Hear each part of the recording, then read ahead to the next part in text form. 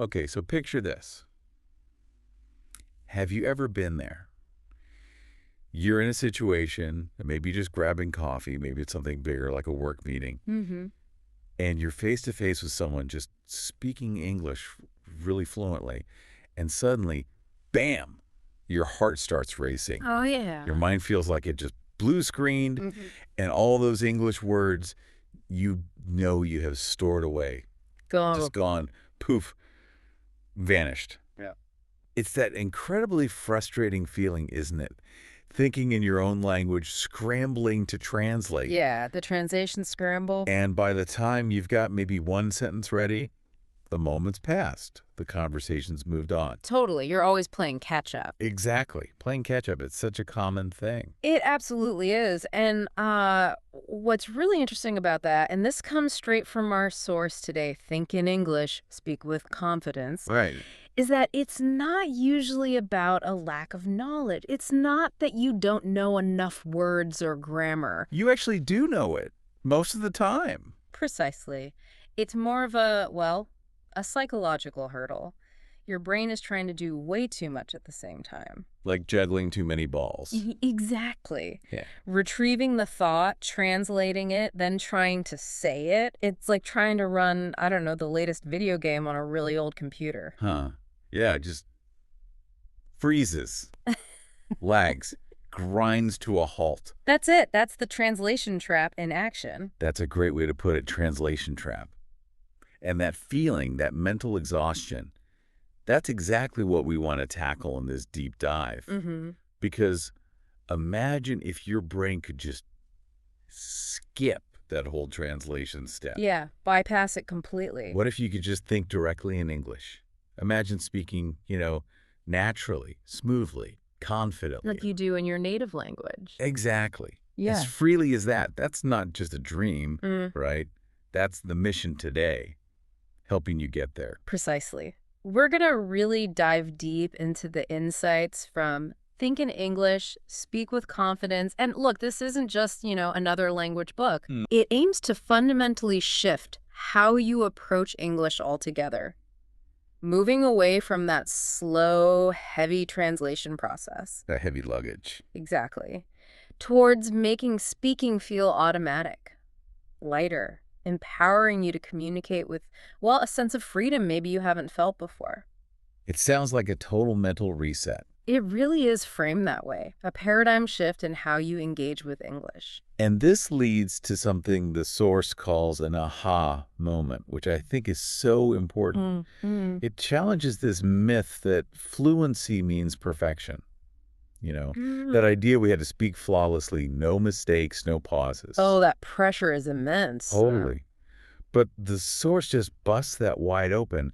It argues that fluency, really, it's about confidence. Yes, The confident. ability to get your thoughts out there, express yourself Yeah. without fear, hesitation, or self-doubt. And when you think about it, native speakers aren't perfect either. Not at all. We stumble, use, and make little slips. All the time. So why do we hold learners to this impossible standard? It's counterproductive. Yeah. It just adds pressure. It's such a crucial point, so liberating, really. It changes the goalposts entirely. So for anyone listening right now, maybe you're prepping for a big meeting, trying to get up to speed in your field, or maybe you're just, incredibly curious. Yeah. This deep dive is absolutely for you. We want to help you get the key insights quickly, but properly. Spark those aha moments. Right. Without the information overload. Exactly. We're cutting through the noise, pulling out the most important nuggets from the source to help you on your English journey. Okay, let's dig into that core problem then, that translation trap you mentioned. The source uses this fantastic analogy. The heavy luggage one. Yes. Thinking in your native language, Yeah. then translating. Yeah. It's like carrying heavy luggage everywhere you go. Isn't that perfect? It really paints a picture. You can feel the strain just thinking about it. Right. Imagine trying to rush through a busy station, dragging these huge, awkward bags. You're slow, uncomfortable, Holding everyone up. and it just drains your energy, drains your confidence. You're always struggling, always a bit behind the flow. It's a perfect visual for the cognitive load. Our brains are super efficient, right? Hmm. But forcing them through this constant translate then speak loop, it just eats up so much mental energy. Energy you need for actually speaking. Exactly. For finding the right words quickly, for understanding nuances, for just expressing yourself naturally. That energy gets wasted on the translation. The goal, like the analogy says, is to travel light. Travel light. I like that. Shed the mental baggage. Free up that brain power for communication. And I love how the source elevates English beyond just, grammar and vocab lists. Oh, yeah. It talks about it as a tool of connection, opportunity, and expression. It's much bigger than just classroom learning. That's a really important perspective shift. It's not just about rules, it's about what the language does for you. Right. Opening doors. Yeah. Global connections, career stuff, accessing information, cultures. Or just being able to truly show your personality, your thoughts to more people. Yeah, using it to build bridges, not just pass tests. And that changes everything, doesn't it? The focus shifts away from rote memorization, which can feel so dry and honestly demotivating, Totally. towards unlocking genuine communication. And that's where real confidence gets built, through actually connecting with people. So it becomes less about avoiding mistakes and more about Feeling free in English conversations. Exactly. Liberated from the rule book, more focused on the interaction itself. which brings us to that fascinating question the source asks. How did we learn our first language? Ah, the natural way. We forget this, don't we? When we sit down with English textbooks, we didn't start with grammar rules back then. Nope. No lists, no conjugations on day one. We just listened, we imitated sounds, we repeated things, we practiced constantly, and slowly our brains started thinking in that language. Instinctively. Yeah, and the source says that's the blueprint. That's the natural process we should try to copy for English. It's a great reminder that we're actually wired for this. Language acquisition is natural. It's not just for kids. Our brains can still do it, even as adults. Absolutely. The brain's incredibly adaptable neuroplasticity, right? We can definitely tap into those same learning mechanisms. Learn English more intuitively, less analytically. Trust the process more. Exactly. Let your brain absorb it naturally. And they use another great analogy here. Think of your brain like a muscle. Love that one. It makes so much sense. The more you practice thinking in English, the stronger that muscle becomes. It really reframes the effort, like going to the gym for your brain. You wouldn't expect to lift the heaviest weights on your first day, right? Of course not. So you can't expect perfect, effortless English immediately either. It takes training. It makes the initial struggle feel more normal, doesn't it? When you first try to consciously think in English, it will probably feel heavy. Yeah, clunky. Words don't come easily. It's a workout. But the source assures us, just like with physical exercise, keep practicing consistently. And the muscle gets stronger. Exactly. The process gets smoother, lighter, and automatic. And the really cool signs that it's working, Really? when you start, dreaming in English, or writing little notes to yourself in English, or even just talking to yourself in English without thinking about it. Wow. That's when you know it's really sunk in. That's when you know you've fundamentally rewired things. It's become part of your subconscious processing. Okay, so if we accept that our English knowledge is often pretty decent, maybe better than we think, Which it often is. then what's the real thing holding us back? What's that invisible wall? The source really digs into this. Let's go back to that coffee shop scenario. Right, the simple question. Someone asks, do you know the time? Mm-hmm. Simple, right? And you know the answer. The numbers, the structure, it's all there. Mm-hmm. But blank. Total mind freeze. Panic sets in, palms get sweaty. Do you just mumble something or shake your head? Avoidance. Exactly. And the source is crystal clear, that paralysis. It's not usually about your English level. It's about these invisible walls inside your mind. Mental barriers. That's the real enemy here. Yeah, your vocabulary. It's such a critical insight because it shifts the focus. Your vocabulary, your grammar, often much better than you think. The real problem blocking that natural flow is fear. Fear. Yeah. Fear of mistakes, fear of judgment from others, and then the lack of confidence that grows out of those fears. They're not physical walls, obviously, but psychological ones. And man, are they powerful. They feel very real. So the source breaks these down, these invisible walls. It does, into three main barriers that trip up so many learners. Barrier number one, the big one, fear of mistakes. Oh, yeah. We're taught mistakes, failure, right? Yeah. Avoid them at all costs. And what does that lead to? Silence. You don't try. You don't speak. Exactly. It keeps you trapped. A self-imposed prison, really. So how do we reframe that? The source uses a brilliant analogy. Children learning to walk. Oh, yeah. When a toddler falls, and they fall constantly, do we say they failed? Do we tell them to stop trying? No way. You encourage them. Every fall is part of learning. Precisely. And the source says, mistakes in English are exactly the same. They are proof that you are learning, not failing. That shift is fundamental. Mistakes are data, not disasters. Proof you're trying. Okay, that helps. What's barrier two? Barrier number two, fear of judgment. This one hits hard for a lot of people. That feeling everyone's watching, waiting for you to mess up. Yes. We imagine that everyone is watching us, ready to laugh at our broken English, like you're under this giant critical spotlight. It's paralyzing. But here's the interesting thing the source points out. The reality is often the complete opposite. Really? Yeah.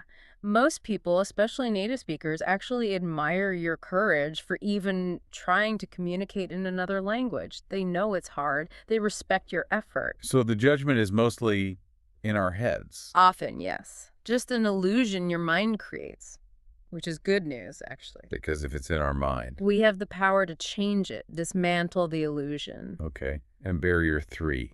Barrier number three, lack of confidence. This is tricky because we often think of confidence as something you either have or you don't. Right, like a personality trait. But the source clarifies. Confidence isn't something you need before you start speaking. It's not the entry ticket. Where does it come from? That's the empowering part. The source states clearly, confidence doesn't come from being perfect. It comes from practice and experience. It's an outcome, not an input. Exactly. Every time you speak, even imperfectly, you're building that confidence muscle. It's not given, it is earned through action, earned through trying. Okay, so we know the barriers. Fear of mistakes, fear of judgment, lack of confidence built on those. How do we break them down? The source gives strategies. Yes, three really powerful ones. Strategy one, and this is foundational, change your inner voice. That negative self-talk, I'm so bad at this. That stuff kills confidence. It has to go. The source says you need to actively replace it with empowering thoughts. Instead of my English is terrible, consciously think, every word I say in English makes me stronger. Or mistakes are my teachers. Like affirmations. Exactly. It's about actively managing your internal monologue, turning your inner critic into an inner coach. Your self-talk dictates so much. Okay, change the inner voice. What's strategy two? Strategy two, focus on communication, not perfection. Shift your goal. So stop trying to be a grammar robot. Precisely. Your real goal isn't perfect grammar, it's being understood. It's connection. Like talking to a friend. Perfect example from the source. When you share a story with a friend, are they grading your grammar? No, they're listening to the story, the connection, the message. Exactly. That's what matters most in English conversations, too. Connection over correction, message over mistakes. Got it. And strategy three? Strategy three, small wins, big confidence. Stop waiting for the perfect moment to speak. Because it never comes. Pretty much. Instead, actively look for and celebrate the tiny successes. Like what kind of successes? Super simple stuff. Saying yes, please, or no, thank you, clearly to a cashier. Asking for directions. Ordering coffee. Each one is a small win. And those small wins add up. They absolutely do. Each one destroys a piece of the barrier. It tells your brain, see, that was okay. I can do this. It builds momentum. Okay, those strategies make sense. Does the source give practical exercises too? It does. Two really good ones. First, the mirror exercise. Okay, talking to myself in the mirror. Basically, yeah. Every morning, stand in front of a mirror, look yourself in the eye, and say one simple sentence in English out loud, like, "Today is a good day," or "I will speak English with confidence." Feels a bit weird, maybe. It can feel silly at first, the source admits, but doing it consistently helps your brain trust your ability. You see and hear yourself speaking English successfully. It builds self-belief from the inside out. Okay, I can see that. What's the other one? The recording exercise. Record yourself speaking English for just 1 minute a day. Aiming for perfection. No, definitely not. Just speak about anything, then listen back later. Why listen back? Isn't that painful? It can be at first, but over weeks, you'll literally hear your fluency improve, your rhythm, your confidence. It's concrete proof of progress, which is a massive motivator, and it helps you get used to the sound of your own English voice. Private practice for public courage. So the big takeaway here is these barriers. Fear, judgment, lack of confidence. They exist only in your mind. They're constructs. Which means You have the power to remove them. It's incredibly empowering when you really grasp that. every time you speak, you chip away at the wall. Exactly. You weaken the wall of fear and build a bridge to confidence. So the next time you're in that coffee shop, ask for the time. Maybe you'll just answer. Maybe you'll smile, answer naturally, and maybe even start a conversation. That's the goal, breaking down those barriers one interaction at a time. All right, let's shift gears a bit. Moving from just thinking about English barriers to actually living in English. Making it part of your daily fabric. Yes, this is about immersion from the inside out.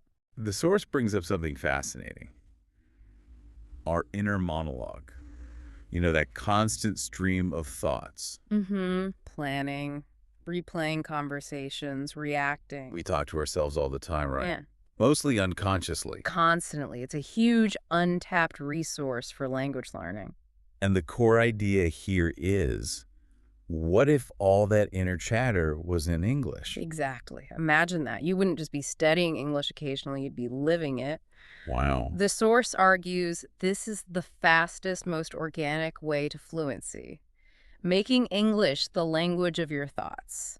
Total cognitive immersion. Okay, how do we actually do that? Seems like a big switch. The source gives 5 really powerful, practical techniques to start training your brain. And they're all pretty easy to start today. Technique 1, Yeah. narrate your day. Narrate my day. Like, give a running commentary in my head. Pretty much. Silently or even aloud if you can. As you do things, describe them in English. Give me an example. Okay, so you're brushing your teeth. You think, I'm brushing my teeth. Cooking lunch. I'm cooking pasta for lunch. Walking to the bus. I'm walking to the bus stop. Simple stuff. How does that help? It rewires your brain to connect actions with English words instantly. It bypasses translation because the thought starts in English, linked directly to the action.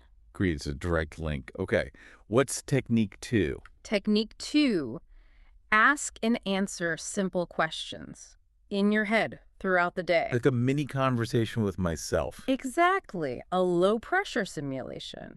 Ask yourself things like, what am I doing right now? Answer, I'm drinking water. Or, what will I do after this? Answer, I will call my friend.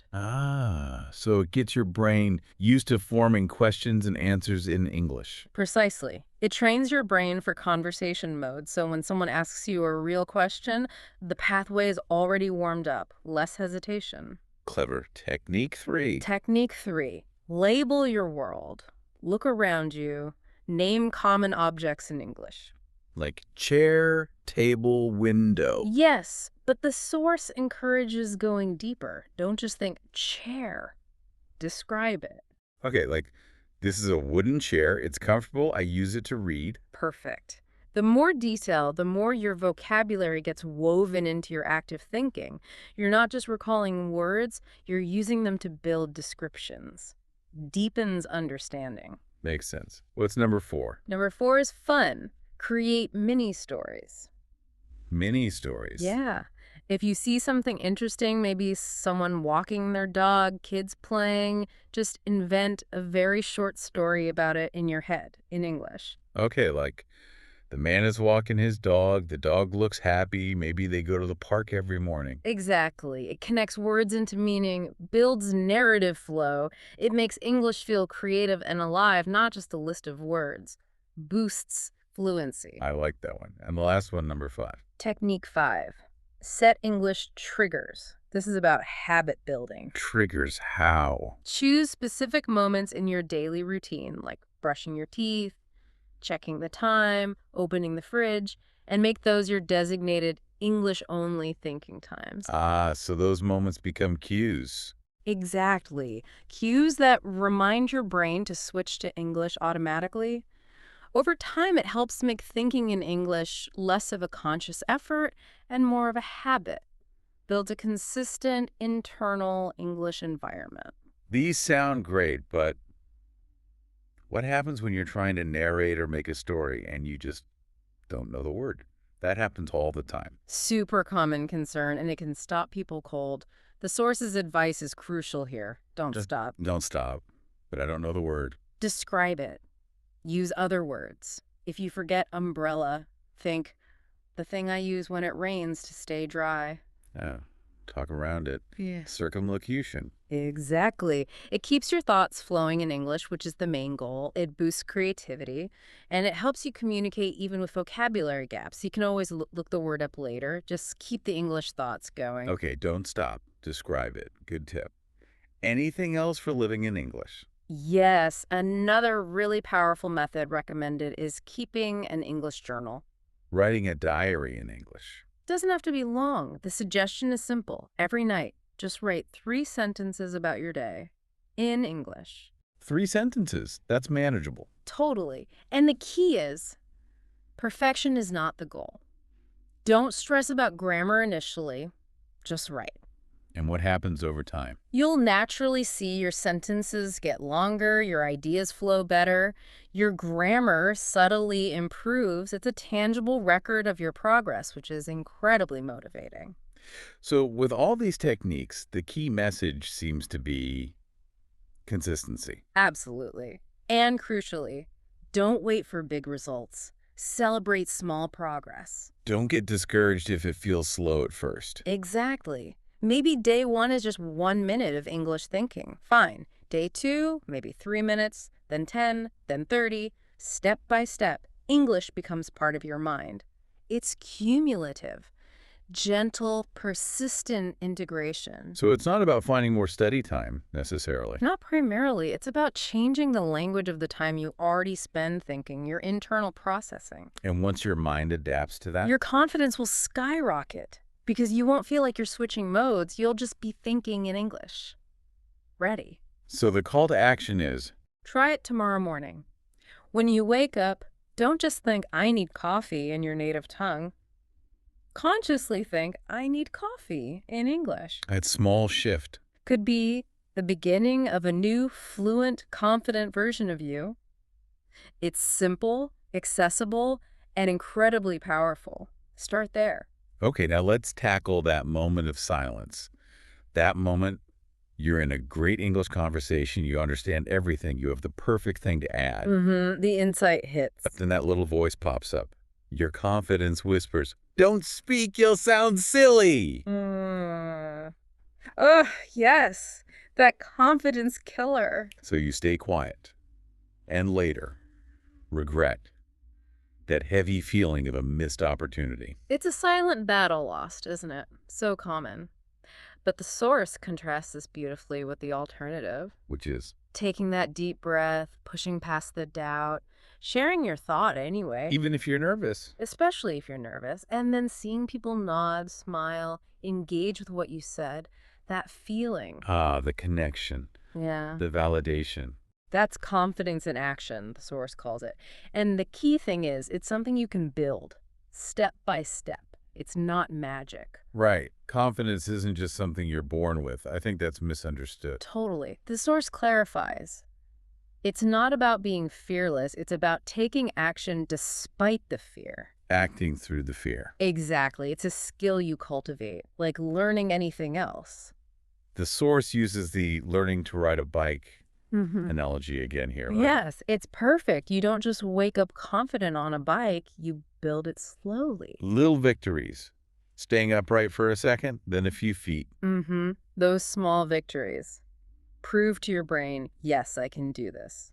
It's the accumulation of successful, even wobbly attempts that builds real self-assurance. Okay, so if confidence is a skill we build through action, how do we actually do it?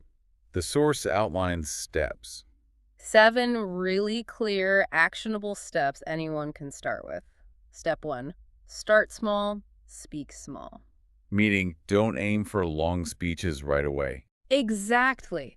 Take the pressure off. Begin with really short, easy sentences in real life. Things like, yes, please. No, thank you. I like this. Seems almost too simple. But they're called seeds of confidence.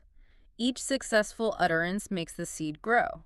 Naturally, you'll start using longer sentences as you get comfortable. Low stakes, high reward. Okay, start small. Step 2. Step 2, practice in safe spaces. Find environments where you feel secure, where the fear of judgment is low or non-existent. Like where? Talking to yourself in the mirror, like we mentioned, recording your voice, reading English aloud, practicing with a supportive friend or a language partner who gets it. So build up comfort privately first. Exactly. These private victories will prepare you for public ones. Build a foundation of comfort before you jump into tougher situations. Makes sense. Step 3. Step 3, use the power of repetition. This is all about making things automatic. So certain phrases just flow out. That's the goal. Pick a simple, common phrase like, how are you doing today? Say it aloud 10 times. Do this daily with different useful forces. How does repetition help confidence specifically? The more you repeat it, the more natural it feels. Your brain accepts it. So when you need it in conversation, it comes out without hesitation. It trains instant recall. Okay. Repetition builds automaticity. Step 4. Step 4, celebrate every attempt. This one's huge and may be counterintuitive Why? because confidence doesn't grow from speaking perfectly. It grows from speaking at all. So the effort is the win. Precisely. Even if it's a broken sentence, even if you make mistakes you tried, the source suggests a mantra. I spoke, I tried, I won. I like that. I spoke, I tried, I won. That mindset shift fuels confidence. It keeps you going instead of letting imperfections shut you down. Okay.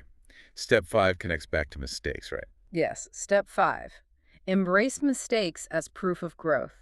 We talked about reframing mistakes earlier.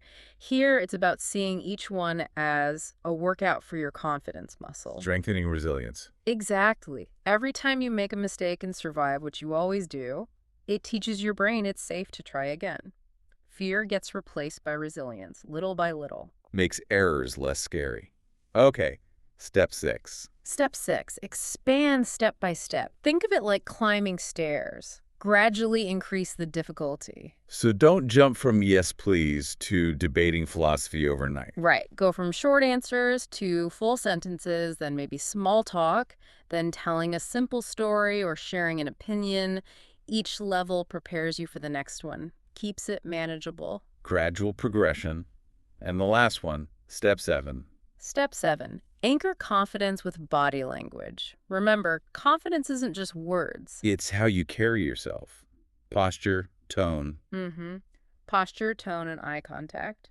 Your body speaks too. So the advice is, Stand tall, breathe deeply, smile genuinely. These physical cues signal confidence to others, yes, but also back to your own brain. You start to feel more confident even if you're nervous inside. Mind-body connection. fake it till you make it, but with your body. Kind of, yeah, but it actually works physiologically too. Okay, 7 steps.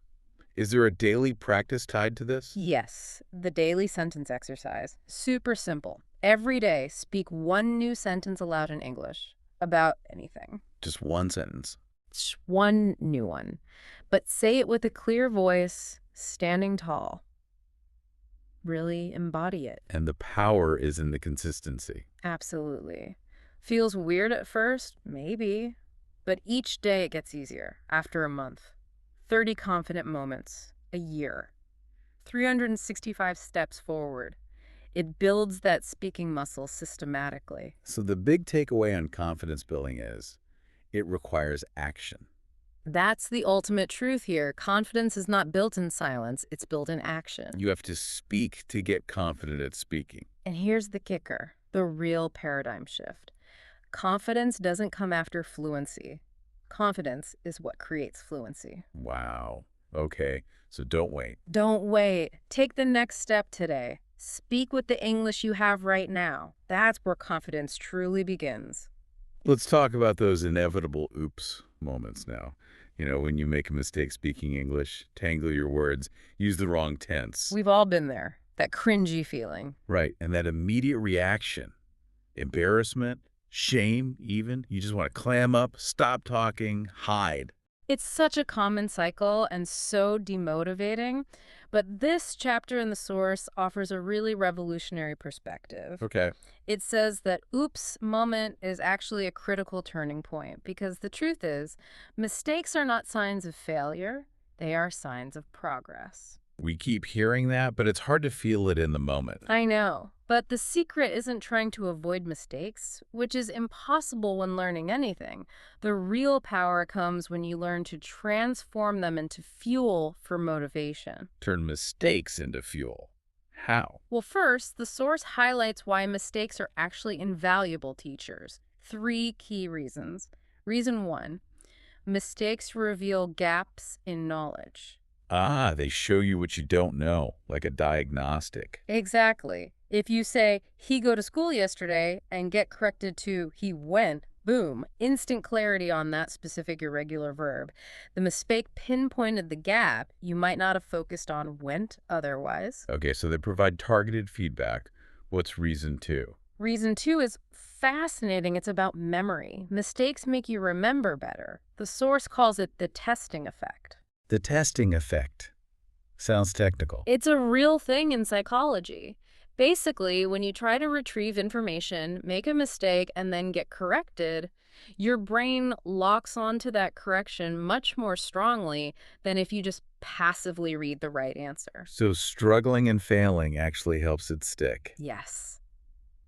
That single corrected mistake might teach you more than 10 pages of reading, because your brain was actively engaged, surprised, and then focused on fixing it.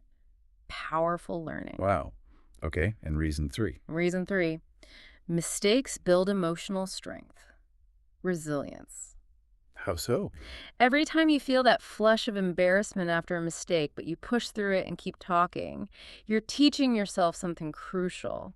What's that? That mistakes are not deadly, they're just part of the journey. You survive them. You build tolerance for discomfort. You learn perseverance.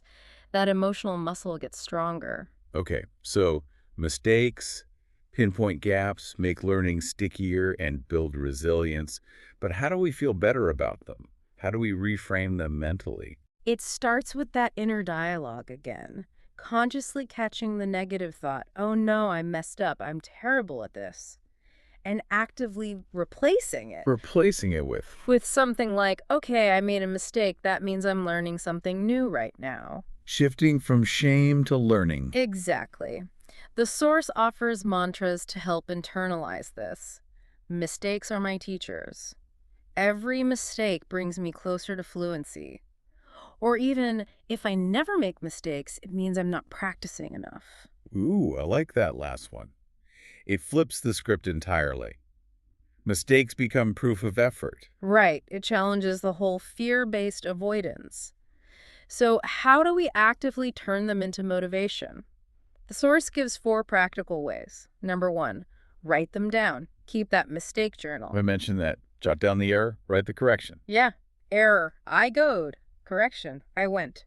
Reviewing it weekly lets you see patterns and, more importantly, see yourself making fewer of those specific mistakes over time. Tangible proof of progress. Okay, number 2. Number 2, laugh at them. Use humor. Laugh at my own mistakes. If it's a funny one, absolutely. We all make hilarious linguistic errors sometimes. Don't panic. Share a laugh if appropriate. Humor destroys fear, the source says, and the positive emotion helps the correction stick. Turns embarrassment into a memorable moment. Okay, lighten up about it. Number 3. Number 3, practice the correction immediately. Instant reinforcement. So, as soon as I realize the mistake or someone corrects me, Say the correct version out loud 3 times. I went, I went, I went. It helps rewire your brain, strengthening the correct pathway right away, builds the right habit. quick fix. Got it. And number 4. Number 4, track progress, not perfection. Change how you measure success. Instead of counting every single mistake. Count how many fewer mistakes you're making compared to last month. Got it. Or on a specific grammar point. Focus on the improvement, the forward momentum. That's real motivating progress, not some impossible ideal of flawlessness. That feels much healthier. And the source reminds us about native speakers again here, right? Crucial perspective check. Think about native speakers. Do they speak perfectly? Of course not. We mispronounce things, use wrong words, say constantly. All the time. But we don't stop speaking. So the source asks you, the listener, why should you? Good question. Your mistakes don't make you less, they make you human. They're a normal part of language use for everyone. Proof of engagement. Okay. Is there a daily exercise for this mistake reframing too? Yes, a simple daily reflection. At the end of the day, write 1 sentence in English about a mistake you made, then rewrite it correctly. Just like the journal, but maybe just one a day. Exactly. Mistake. Yeah. I feel tired. Correction. I felt tired. It helps your brain focus on and remember the correction, not the error, making it more likely you'll get it right next time. Active, focused learning. So the journey to fluency isn't smooth. Definitely not. The source says fluency is not a straight road. It's bumpy, full of detours, but each mistake is a sign you're on the road moving forward. Proof you're actually traveling, not standing still. And the biggest mistake is? The only real mistake is silence. So the next time you stumble, the advice is smile. Tell yourself, this mistake is proof I'm learning. Because every error you make today is shaping the confident English speaker you'll become tomorrow. It's part of the construction process. Okay, let's talk about the power of belief. The source brings up affirmations in a big way. Imagine this. Waking up, looking in the mirror, and saying, I am confident. I am improving my English every day. Visualizing that. Feeling that small smile, that spark of belief inside. It sounds simple, but powerful. Incredibly powerful. That spark, the source says, repeated daily, grows into a flame of confidence. That's the essence of affirmations, these short, positive statements designed to reprogram your mind to believe in your success. So they're not like magic spells. Say it once and you're fluent. No, definitely not magic. The source is clear. Their power comes from consistent repetition. They work by shaping your thoughts, which influences your emotions, which drives your actions and habits like practicing more or taking risks. It's a psychological tool, not a magic wand. But a powerful tool. One of the strongest, according to the source. Because language learning is so much about mindset, not just grammar and vocab, affirmations directly build that winning mindset. They create the fertile ground for skills to grow. How exactly do they impact the English journey? The source breaks it down. Yes, 3 main ways. First, they replace negative thoughts. That inner critic we talked about, I can't do this, my English sucks. Affirmations fight back against that. Exactly. They silence that voice by replacing it with empowering beliefs. You're actively planting positive seeds to crowd out the weeds of self-doubt, taking control of the narrative. Okay, second impact. Second, they create focus. This is interesting. Affirmations act like a lens for your brain. How so? When you consistently say, I'm improving my English every day, your brain subconsciously begins to look for proof. You start noticing the small improvements you might have missed otherwise. Ah, it primes you to see the positive. Right. It helps you recognize and appreciate your own progress, which fuels motivation. And the third impact. Third, they strengthen confidence through repetition. We keep coming back to this, don't we? Consistency is key. The more you hear it, the more you believe it. Even, or especially, when you hear it from yourself. Your brain starts accepting the positive message as truth. Confidence becomes less of a feeling you chase and more of a habit you've built through repetition, solidifying self-belief. Does the source give specific examples of affirmations for learners? It does. Some really good ones you can use right away. Let me read a few. I think in English and my words flow naturally. Every mistake I make is helping me grow. I am confident when I speak English. I learn English quickly and easily. My English gets better every single day. I deserve to express myself in English without fear. I am not afraid of speaking. I am excited to speak. Those feel quite empowering just hearing them. How do we make them work best? Good question. The source gives tips for maximizing effectiveness. Tip 1. Speak them aloud. Don't just think them. Saying them gives them more power. Feel the energy in your voice. Make it real. Okay. Tip 2. Tip 2. Look in the mirror while you say them. Connect the words to your reflection. Why does that help? It links the positive message directly to your self-image. Saying, I am confident, while looking at yourself reinforces it on a deeper personal level. Builds self-acceptance. Got it. Tip 3. Tip 3. Repeat, repeat, repeat. Consistency is everything. At least 3 times per session. More is better. Daily practice is crucial. Make it a habit. Tip 4. Tip 4. Yeah. Write them down. Notebooks, sticky notes, put them where you'll see them often. Like on the bathroom mirror, the fridge, phone background. Exactly. Constant visual reminders reinforce the message subconsciously throughout the day. And tip 5. Tip 5. Visualize while saying them. This adds another layer. Don't just say the words. Feel them. How? When you say, I am confident when I speak English, actually imagine yourself living it. Picture that confident conversation, smiling, easy body language, feeling strong. Engage your imagination and emotions. Makes it much more potent. So speak them aloud, mirror, repeat, write, visualize. Does it suggest a daily routine? Yes, a simple sample routine. Morning. Mirror work, say 3 affirmations aloud. Daytime. If nerves hit, silently repeat one in your head. Evening. Write one in your journal and reflect briefly on how it felt or if it influenced you. That sounds doable. Totally. And here's something to try. Tomorrow morning, say, I am becoming fluent in English. Every word I speak makes me stronger. 5 times aloud. Just notice how you feel. Notice the energy shift. Exactly. Do that daily for a week. The source suggests you'll feel a difference, not because your grammar magically improved, but because your belief is stronger. And belief is the engine. Belief drives progress. It really does. The source uses a lovely analogy. Your mind is like soil. Negative thoughts are weeds. Affirmations are seeds. So you need to plant and water the good seeds daily. Precisely. Water those positive seeds and they'll grow into confidence, fluency, and freedom in English. You cultivate your own success from the inside out. So make affirmations a real part of daily life. Absolutely. Because when you believe in yourself, your words flow. And when your words flow, the world opens up to you. Wow.